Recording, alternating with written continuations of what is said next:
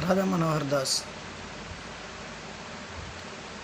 నువ్వు ఎన్ని విధాలుగా క్రైస్తవాన్ని పాలు చేయాలన్నా, ఎన్ని విధాలుగా క్రిస్టియన్ని దెబ్బతీసే విధంగా మాట్లాడాలన్నా, ముందు నిన్ను నువ్వు సరి చేసుకోవటం నేర్చుకో. ఫస్ట్ మాట్లాడే విధానాన్ని సరి చేసుకోవటం నేర్చుకో. ఎందుకంటే ఇప్పుడు ఏదో ఒక తీర్మానం తీసుకున్నావు. ఏం తీర్మానం? మల్కాపురంలో ఏదో తీర్మానం తీసుకున్నావు.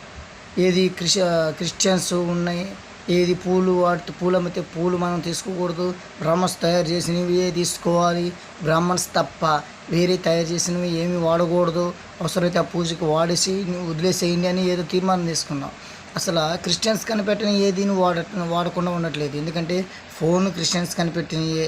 పండించే పంట అంటే దళిత వర్గాల వాళ్ళు పండిస్తున్నారు.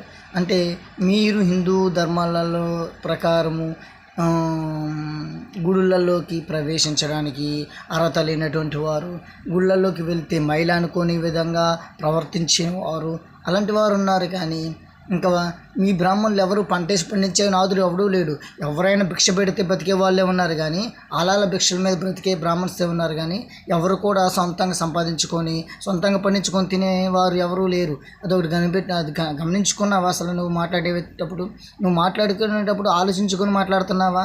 ఎవరి మనోభావాలను దెబ్బతీయాలనే ఉద్దేశంలో మాట్లాడుతున్నావు? కనీసం తెలుస్తుందా నీకు?